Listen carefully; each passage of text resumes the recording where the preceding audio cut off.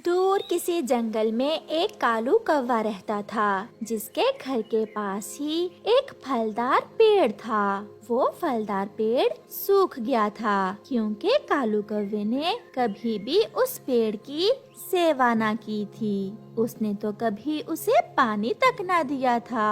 थोड़ी ही दूर कबूतर का घर भी था, जो उस हरे भरे पेड़ को सूखता हुआ देखकर बहुत दुखी था। एक दिन कबूतर कालू कौवे के पास आता है। कालू, आपका फलदार पेड़ तो अब सूख गया है। क्या आप इसे मुझे बेचकर कुछ पैसे लेना चाहोगे? सूखा हुआ पेड़ कालू कौवे के किस काम का था? ये कबूतर भी बड़ा पागल है, मुझसे सूखा पेड़ खरीद रहा है। हाँ हाँ, क्यों नहीं, लाओ मुझे पैसे दो और ये पेड़ तुम रख लो। आज से ही ये पेड़ तुम्हारा हुआ। फिर कबूतर कालू कौवे से वो पेड़ खरीद लेता है। कालू भी पैसे लेकर 2-4 दिन के लिए दूसरे जंगल मौज मस्ती करने निकल जाता है। अब अगर मैं इस पेड़ की अच्छे से सेवा करूं, तो ये फिर से हरा भरा हो जाएगा और फिर से मीठे मीठे फल देगा। कबूतर एक सियाने बूढ़े पक्षी के पास जाता है। चाचा जी, आप बड़े हैं, मुझे ये बताइए कि किसी सूखे हुए पेड़ को कैसे बचाया जा सकता है? जैसे हम पक्षियों के लिए भोजन, पानी और हवा जरूरी है, ऐसे ही इन पेड़ों के लिए भी इन 3 चीजों का ध्यान रखो। समय पर सब काम करो और वो पेड़ फिर से हरा भरा हो जाएगा। चाचा जी, मैं समझ गया, मैं सब समझ गया। फिर कबूतर वहाँ से चला जाता है। कबूतर नदी से पानी लाता है और पेड़ को डालता है। वो घने जंगल से सूखे पत्ते इकट्ठे करके लाता है, क्योंकि चाचा जी ने बताया था कि सूखे पत्ते ही पेड़ों का भोजन है। कबूतर उस पेड़ की जड़ों में पानी और सूखे पत्ते डालने के बाद उस पेड़ की सारी सूखी शाखाएं काट देता है। अब ठीक है, अब मैं बेहतर महसूस कर रहा हूँ। कबूतर, बहुत बहुत धन्यवाद, आपने मुझे जिंदगी की नई आशा दिलाई है और मैं भी उम्मीद करता हूँ कि आप फिर से हरे भरे होकर मुझे मीठे मीठे फल देंगे। जरूर जरूर, मैं ऐसा जरूर करूँगा। दिन बीतते गए और कबूतर उस पेड़ की अच्छे से सेवा करता और फिर वो दिन आ गया जब वो पेड़ फिर से हरा भरा हो गया। उस पर फूल भी लग गए।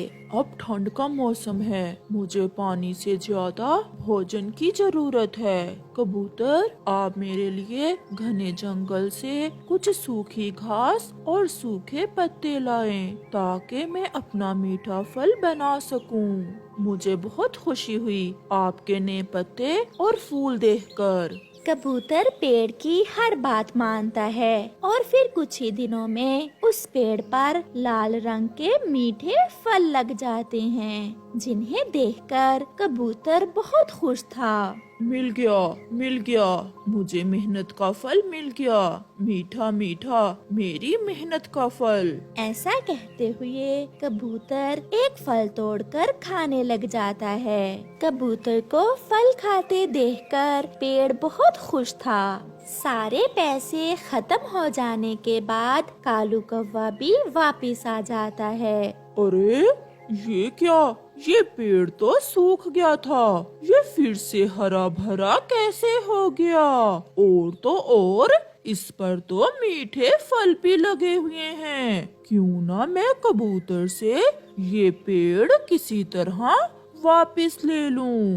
कालू कौवा उस हरे भरे पेड़ को देखकर ऐसे सोचता है। जब कबूतर अपने पेड़ के पास आता है तो कालू कौवा उससे कहता है, ओए कबूतर, किसी फल को खाने की कोशिश न करना। मैंने तुम्हें पेड़ बेचा था, फल नहीं। इस पेड़ के फल मेरे हैं। ये कैसे हो सकता है? जिसका पेड़ उसी के फल होते हैं। मैंने पैसे पेड़ के लिए थे। अगर फल खाने हैं तो तुम्हें मुझे और पैसे देना होंगे, नहीं तो मैं अपने फल तोड़ लूँगा। इसी बात को लेकर दोनों में लड़ाई शुरू हो जाती है। कोई भी हार मानने को तैयार न था। मैंने कड़ी मेहनत से इस पेड़ को फिर से हरा भरा किया है, तो फिर मैं भी यही कह रहा हूँ कि पेड़ तुम्हारा हुआ और मेरे फल मुझे तोड़ने दो। रानो चिड़िया भी उड़ती हुई उस दिशा में आ जाती है। दोनों की बात सुनकर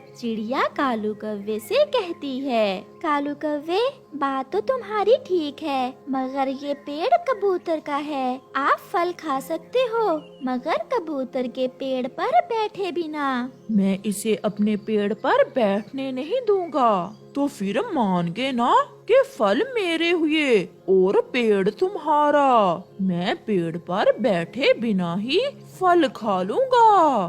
फिर कालू कौवा पेड़ के पास जाता है और पेड़ पर बैठे बिना ही फल खाने की कोशिश करता है। वो पेड़ जोर से हिलता है और एक बड़ी डाल कालू के लगाता है। मर गया रे, मर गया। ये पेड़ मुझे क्यों मार रहा है? पहले तो ऐसा ना था। जिसने मेहनत की फल भी उसी का। भागो यहाँ से। अगर मेरे पास आए तो मार मार कर चोंच तोड़ दूंगा मैं तुम्हारी। फिर कालू कौवा वहाँ से भाग जाता है और कबूतर अपने दोस्तों के साथ मिलकर मीठे मीठे फल खाता है। उसे उसकी मेहनत का बदला मिल जाता है। आज चिड़िया का बेटा बहुत खुश था, क्योंकि आज उसे स्कूल से सर्दियों की 10 छुट्टियां जो हुई थी। चलो बेटा, जल्दी से तैयार हो जाओ। मम्मा, हम कहाँ जा रहे हैं? आज हम आपकी नानो के पास जाएंगे। नानो के पास? फिर तो बहुत मजा आने वाला है। मम्मा, हम वहाँ कितने दिन रहेंगे? बेटा, हम वहाँ आज की रात ही रहेंगे और फिर कल वापस आ जाएंगे। और हाँ, पिछली बार की तरह घर आते समय रोने न लग जाना। अगर ऐसा किया तो मैं फिर कभी आपको अपने साथ नहीं लेकर जाऊंगी। मम्मा प्रॉमिस, मैं इस बार ऐसा नहीं करूँगा। फिर वो माँ बेटा कुछ जरूरी सामान लेते हैं और दूसरे जंगल कुकू की नानो के घर चल देते हैं। कुकू तो इतना खुश था कि वो अपनी मम्मा से भी आगे आगे उड़ रहा था। रुको रुको कुकू बेटा, आहिस्ता उड़ो, मुझसे इतनी तेज नहीं उड़ा जाता। फिर शाम होने से पहले पहले ही वो दूसरे जंगल पहुंच जाते हैं। आगे मेरे बच्चे, सफर कैसा रहा बच्चों? माँ, सफर तो बहुत ठीक रहा। नानो, आप मम्मा को भी बच्चों ही कहती हैं? ऐसा कहते हुए कुकू हंसने लग जाता है। बच्चे कितने भी बड़े हो जाएं, बेटा वो अपने माँ बाप के लिए बच्चे ही रहते हैं। नानो, मैं अपने दोस्तों से थोड़ा खेलाऊं? नहीं कुकू बेटा, आप घर में ही रहें। जाने दो रानो, थोड़ी देर अपने दोस्तों से खेलकर आ जाएगा। मेरी नानो बहुत अच्छी है। फिर कुकू अपने दोस्तों के साथ खेलने निकल जाता है। वो सीधा कबूतर के बेटे किकी के पास जाता है। कुकू, आप कब आए?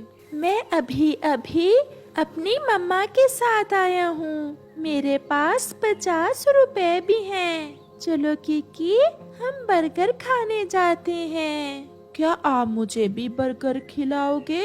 क्यों नहीं, हम दोनों दोस्त मिलकर खाएंगे। थोड़ी ही दूर वो कालू कौवे की बर्गरों वाली दुकान पर चले जाते हैं। अंकल, ये लें 20 रुपए और हमें 2 अंडे वाले बर्गर लगा दें। मिर्ची वाली चटनी भी लगाऊं क्या? हाँ हाँ, लगा दे अंकल। कुकू, अंकल कालू का मिर्ची वाला बर्गर बहुत मजे का होता है।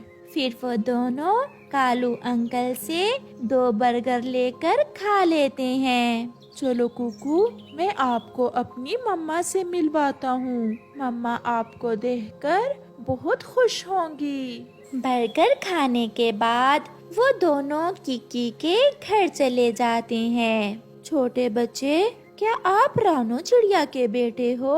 हाँ आंटी, हम आज ही मेरी नानो के पास आए हैं। ये लो बेटा, ये लड्डू खा लो। फिर कुकू लूसी आंटी से लड्डू लेकर खा लेता है। थैंक्स आंटी, आपके लड्डू बहुत मजे के हैं। अपनी मम्मा के लिए भी ये लड्डू ले जाओ, मैं कल आऊंगी आपकी मम्मा से मिलने।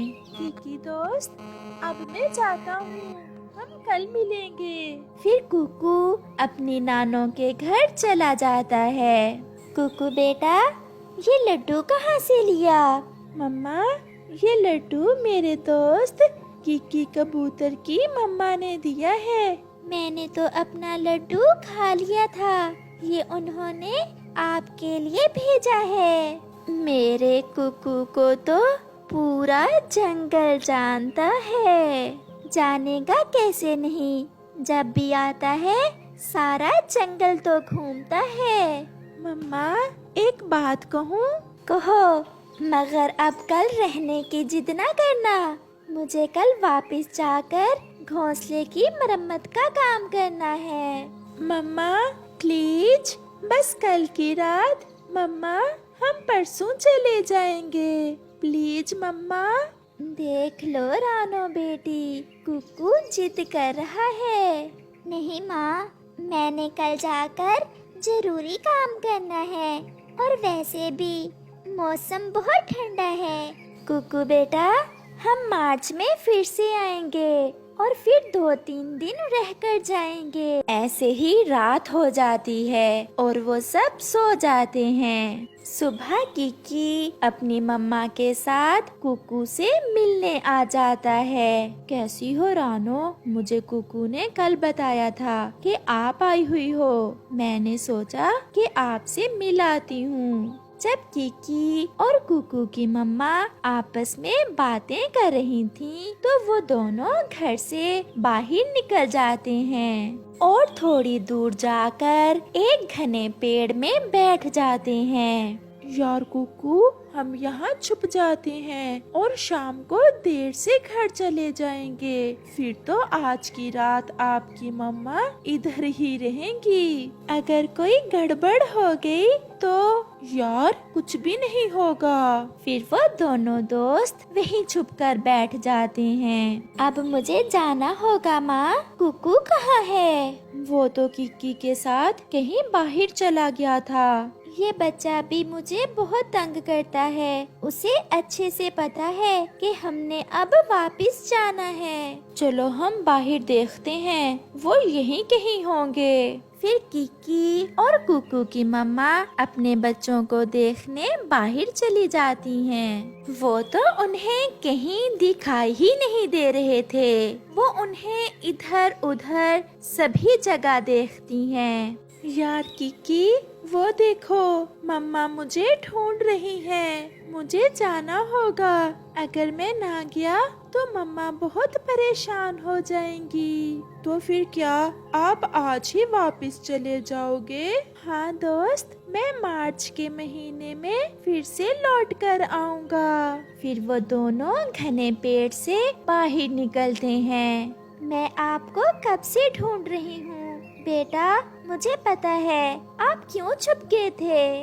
मम्मा सॉरी, मैं अब वापस आ तो गया हूँ। ऐसे वो दोनों माँ बेटा अपने जंगल वापस उड़ते हैं। कुकू की आंखों में आंसू थे और वो बहुत उदास था। प्यारे दोस्तों, क्या आपने भी कभी ऐसा किया है जैसा कुकू ने किया?